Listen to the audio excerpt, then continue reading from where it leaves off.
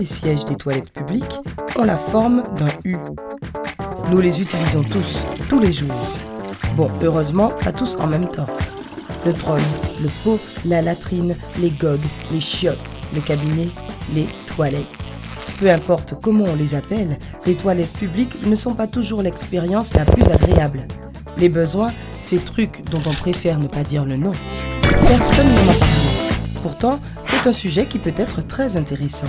Mais aujourd'hui, c'est ton jour de chance. Alors, assieds-toi, je t'en prie. Pourquoi les sièges des toilettes publiques ont la forme d'un U? D'accord, ce n'est peut-être pas l'image qu'on se fait à première vue. Mais bon. Alors, pourquoi le centre est ouvert à l'avant du siège? Eh bien, il y a deux raisons. La première concerne les codes de la plomberie. Une réglementation de 1995 a mandaté que tous les sièges des toilettes publiques aient cette forme, un siège ouvert de manière universelle.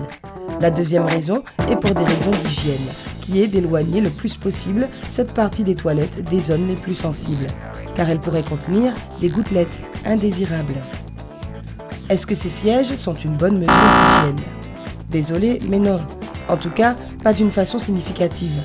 Le fait est qu'il existe des bactéries dans les toilettes publiques qui n'ont besoin que d'une seule cellule pour pénétrer dans ton corps afin de te rendre malade.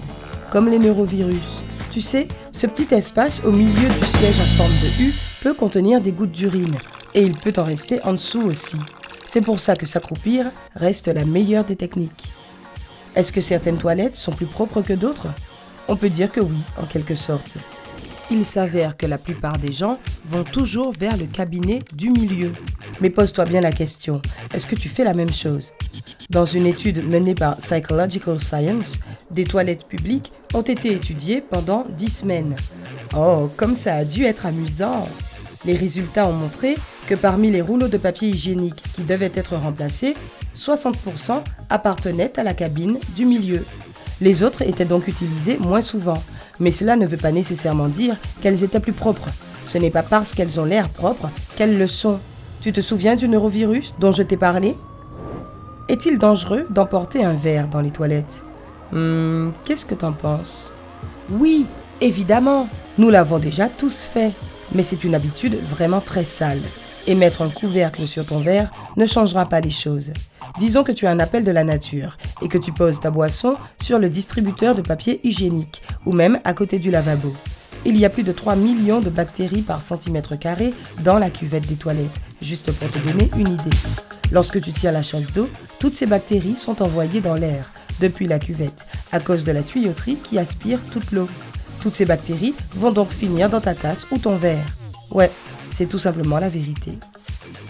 Alors, que faire de mon verre si l'envie me prend subitement? Il est préférable de laisser ta boisson sur ton bureau ou de la faire garder par un ami. Mais si tu n'as pas toujours l'option, tu dois poser ta tasse ou ton verre sur le lavabo. Mets d'abord un morceau de papier toilette en dessous. Pose ta boisson dessus, fais ce que tu as à faire, lave-toi et sèche-toi les mains soigneusement. Prends un autre carré de papier toilette. Utilise un morceau pour essuyer l'extérieur de ton verre ou ta tasse et un autre, propre, pour le transporter. Au besoin, utilise le reste du papier pour ouvrir la porte. Quelle est la meilleure technique pour se laver les mains? Pendant que nous parlons d'hygiène, parlons de la bonne façon de te laver les mains. Passe d'abord tes mains sous l'eau. La température n'a pas d'importance. Il suffit de la laisser couler. Utilise ensuite du savon liquide ou une savonnette, de préférence qui désinfecte, et fais bien mousser. Frotte le savon sur le dessus des mains et entre tes doigts. N'oublie pas de passer sous tes ongles.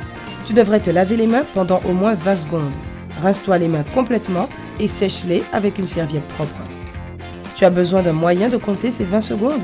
Chante 2 fois la chanson « Joyeux anniversaire » à voix haute. Qui sait, les gens derrière les portes des toilettes pourraient se joindre à toi. Est-ce que je peux faire confiance à mon désinfectant pour les mains? C'est à vrai dire mieux que rien, dans le cas où le lavabo ne fonctionne pas ou si le savon est épuisé. Mais garde à l'esprit que ce n'est pas aussi efficace que de se laver les mains avec la technique dont on vient de parler. Assure-toi que ton désinfectant pour les mains contient au moins 60% d'alcool. Tu dois savoir que ces désinfectants n'éliminent pas tous les types de microbes. Il peut aussi être impossible d'enlever certains produits chimiques de tes mains, comme quand tu travailles avec des métaux ou des pesticides. Mais ce n'est jamais une mauvaise idée d'en avoir un sous la main. Voici maintenant l'étiquette à suivre dans les toilettes publiques. Si tu n'as pas de handicap, n'utilise pas les toilettes pour personnes à mobilité réduite. Beaucoup d'entre nous en sont probablement coupables, mais ne le fais pas. Cela peut sembler pratique si tu as des quantités de sacs de courses, mais tu ne sais jamais quand quelqu'un peut vraiment avoir besoin de ces toilettes. Et de toute façon, ne pose jamais tes sacs de courses par terre dans les toilettes. Les toilettes publiques ne sont pas l'endroit ni le moment pour se serrer la main. Si tu es dehors et que tu vois quelqu'un que tu connais qui sort des toilettes, ton premier réflexe pourrait être de lui serrer la main ou de le saluer en le touchant. Ne cède pas à cette tentation. On sait tous pourquoi on est aux toilettes. Et il se peut que ta main soit encore mouillée. Mais l'autre personne ne peut pas en être certaine. Ne parle pas quand tu es aux toilettes ou aux urinoirs. Cette règle s'applique en particulier au lieu de travail. Il est possible que tu ailles aux toilettes avec un de tes collègues, mais vous ne savez pas qui est à l'intérieur ou qui pourrait entrer. Tu ne veux pas que la mauvaise personne entende ce dont vous parlez. En plus, on veut tous faire nos besoins tranquillement. En général, ne fais pas de bruit dans les toilettes. Certains d'entre nous doivent se concentrer. Quand tu te laves les mains, reste concentré. Les experts disent qu'il ne faut pas bavarder devant un lavabo pendant que tu te laves les mains. Ils disent qu'il faut faire attention à la propreté des mains et éviter tout contact visuel. Tu dois juste entrer et sortir de là. Rappelle-toi que ce sont des toilettes publiques. Tu ne sais pas qui pourrait s'y trouver et tu ne sais jamais si tu mets quelqu'un mal à l'aise par accident lorsqu'il est sur le trône. Il y a de bien meilleurs endroits pour avoir une conversation. Garde de l'espace aux toilettes. Dans la mesure du possible, ne choisis pas le cabinet juste à côté de quelqu'un. S'il n'y a pas trop de monde, laisse une ou deux cabines de distance. C'est juste bizarre et inconfortable d'entendre quelqu'un d'autre faire ses besoins et ils ne veulent pas t'entendre non plus.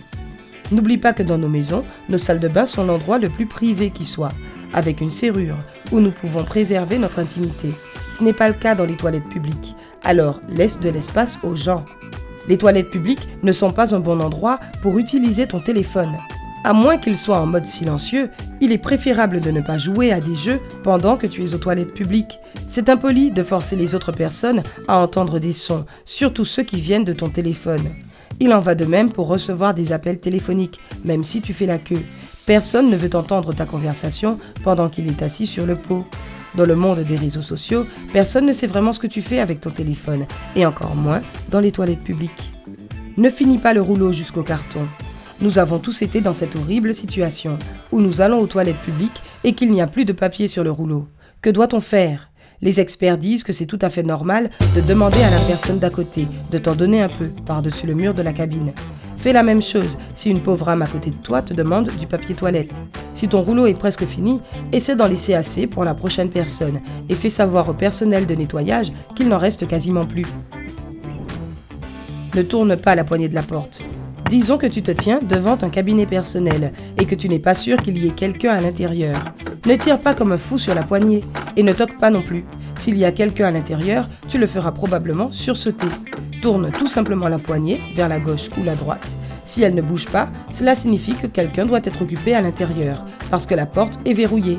Si la poignée bouge, tu peux rentrer tranquillement. Utilise le ventilateur, s'il te plaît. C'est un fait peu connu, mais beaucoup de toilettes publiques sont équipées d'un ventilateur d'évacuation. Il fait circuler l'air dans les toilettes au cas où tu ne serais pas en mesure de laisser une bonne odeur. Il devrait y avoir un interrupteur sur un mur. Cherche-le.